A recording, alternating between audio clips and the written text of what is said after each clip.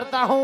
एक बार छपरा की धरती से आप सभी दोनों हाथ ऊपर उठा करके जोरदार ताली बजा करके स्वागत करेंगे भोजपुरी के पावर स्टार, स्टारों के स्टार, परम आदरणीय बड़े भैया पवन सिंह जी।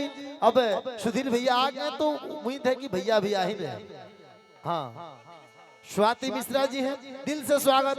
भोजपुरी के मोहम्मद रफी, हम सबों के बड़े भाई, भोजपुरी के पावर स्टार, स्टारों के स्टार बड़े भैया पवन सिंह जी के लिए एक बार सारण छपरा के धरती से रुआ सभे तनी जोरदार ताली बजा के आशीर्वाद बरसाई। जय हो।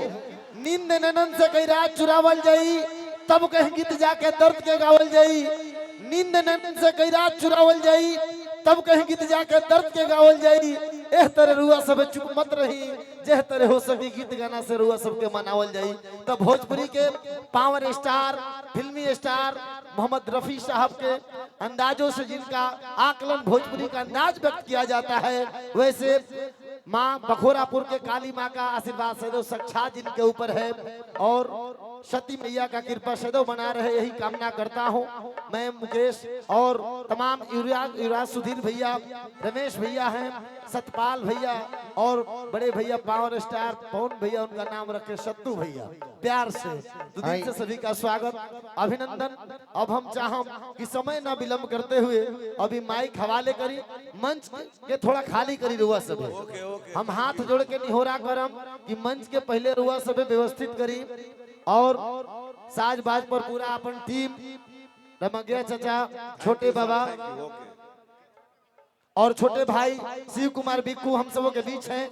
दिल से स्वागत करता हूं, अभिनंदन करता हूं भाई को इस मंच के माध्यम से। अब थोड़ा मंच व्यवस्थित किया जाए।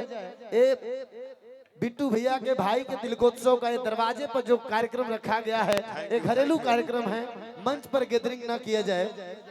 मंच को खाली किया जाए, मंच को खाली किया जाए और व्यवस्था को कायम किया जाए, मैं यही आग्रह करता हूं। आई भोजपुरी के 100 प्रसिद्ध गायक जितने लोग खड़े हैं, मैं आग्रह करता हूं, आप पढ़े लिखे बुद्धिजीवी लोग हैं, आप व्यवस्थित हो जाएंगे तो मैं कार्यक्रम आगाज कर दूंगा। बड़े भैया फिल्म अभिनेता सह गायक पावर स्टार पवन सिंह भैया जब उपस्थित हैं, थोड़ा व्यवस्था कायम किया जाए। Thank you so much, thank you so much. हाँ, छोटे बाबा हैं हम सबों के घर जीवन, thank you so much. Amit भैया हैं, रमगिया चाचा, हाँ भैया, और मैं बड़े भैया रणनीजे भैया को इस मंच के माध्यम से प्रणाम करता हूं। मंच को खाली किया जाए, मैं हाथ जोड़ करके निहोरा करता हूं। सुधीर भैया को मंच माइक हवाले करता हूं।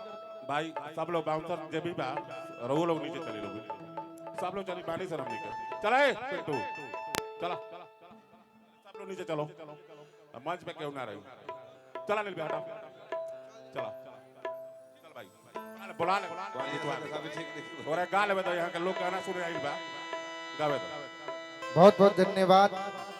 परम आदरणीय हम सबके सारण की धरती पे स्वागत, अभिनंदन पे।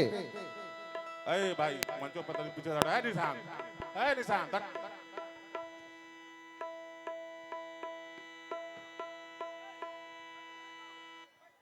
भैया थोड़ा आप भी लोग बैठ जाइए, क्यों गाएंगे तो आप लोग बैठिए तो पहले, सब लोग जो यहाँ पर सारे बैठ जाइए, क्या पीछे तो लोग बैठ जाइए, बैठ जाइए, बैठ जाइए आप लोग,